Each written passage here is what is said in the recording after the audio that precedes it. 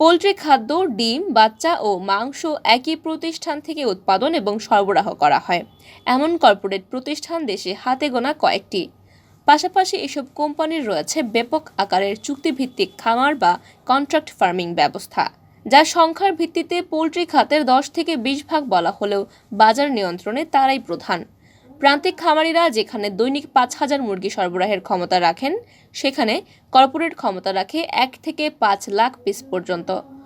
ফলে বাজার অস্থিরতার এই সময়ে নিজস্ব ব্যবস্থাপনায় কম খরচে বেশি উৎপাদন করে লাভবান হচ্ছে তারা। এতে বাজারে এককেন্দ্রিক হয়ে উঠছে।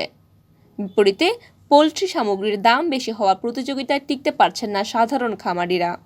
লাগামহীনভাবে বাড়ছে মুরগির দাম। এজন্য কর্পোরেটদের দায়ী করে আসছেন এই খাত সংশ্লিষ্ট বিশ্লেষকরা। বাজার নিয়ন্ত্রণে ডিম ও মুরগির অযৌক্তিক দাম নির্ধারণের দায়ে সংশ্লিষ্ট ব্যক্তি ও প্রতিষ্ঠানের বিরুদ্ধে বেশ কয়েকটি মামলাও করে বাংলাদেশ প্রতিযোগিতা কমিশন। এরপরও থেমে থাকেনি দাম বাড়ানোর প্রতিযোগিতা। জানা গেছে, বাজার নিয়ন্ত্রণের কৌশল হিসেবে কর্পোরেট কোম্পানিগুলো কখনো ডিম, বাচ্চা ও মুরগির উৎপাদন বাড়িয়ে সরবরাহ বাড়িয়ে দেয়। এতে বাজারে সরবরাহ বেশি থাকায় প্রান্তিক খামারিরা সঠিক দামে না পেয়ে লোকসান করেন। ফলে পরবর্তী ব্যাচে খামারে বাচ্চা ওঠাতে পারেন না। এই সুযোগে ডিম ও মুরগির উৎপাদন কমিয়ে বাচ্চা উৎপাদন বাড়ায় কর্পোরেটরা। একইভাবে পোল্ট্রি খাদ্যের সংকট তৈরি করে বাচ্চার দাম বাড়ানোর ফলে খামারিরা কিনতে পারেন না। এভাবে বিভিন্ন কৌশলে কর্পোরেটদের কবলে পড়ে বন্ধ হচ্ছে প্রান্তিক খামার।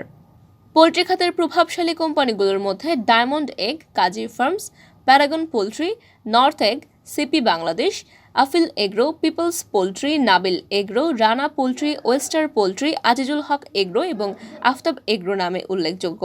এসব কোম্পানির ডিম উৎপাদন, পাইকারি বিতরণ কেন্দ্র, একেরোথিক ফিড বা খাদ্য মিল, প্রক্রিয়াকরণ এবং প্যাকেজিং ব্যবস্থা রয়েছে। দেশের বিভিন্ন অঞ্চলে আছে শত শত একর জমি, যেখানে তারা লোকবল নিয়োগ করে খামার গড়ে তুলছে।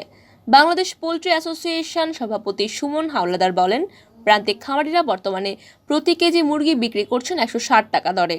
কিন্তু সেখান থেকে খুচরা বিক্রেতা পর্যন্ত যেতে মধ্যস্বত্বভোগীদের প্রভাবে সেই দাম 200 টাকার ওপরে চলে যাচ্ছে। প্রান্তিক পর্যায়ে সাধারণ খামারিদের 50 কেজির এক বস্তা মুরগির খাবার 3,600 টাকায় কিনতে হচ্ছে, যা বহুজাতিক কোম্পানির সঙ্গে চুক্তিতে থাকা খামারিরা পাচ্ছেন 2,500 টাকায়।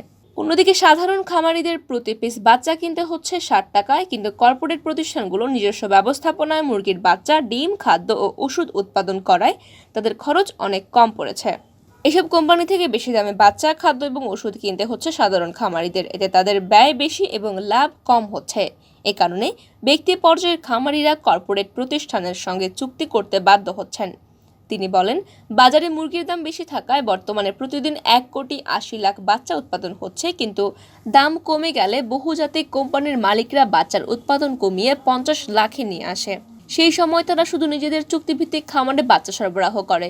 পোল্ট্রি শিল্পের কয়েকটি সংগঠন থেকে প্রাপ্ত তথ্য পার্থক্য থাকলেও বলা হচ্ছে, 2022 সালের নভেম্বর পর্যন্ত প্রতি সপ্তাহে গড়ে 1,80,00,000 বাচ্চা উৎপাদন হয়েছে, যা বর্তমানে 1,35,00,000 প্রায়। দেখা যাচ্ছে বাচ্চা উৎপাদন কমেছে 45 লাখ বা 25%। আর এজন্য খামার বন্ধ হওয়াকে দাবি করা হচ্ছে।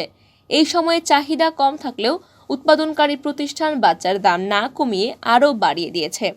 সেজন্য সাধারণ খামারিরা লোকসানের ভয়ে উচ্চ মূল্যে বাচ্চা কিনতে চাচ্ছেন না।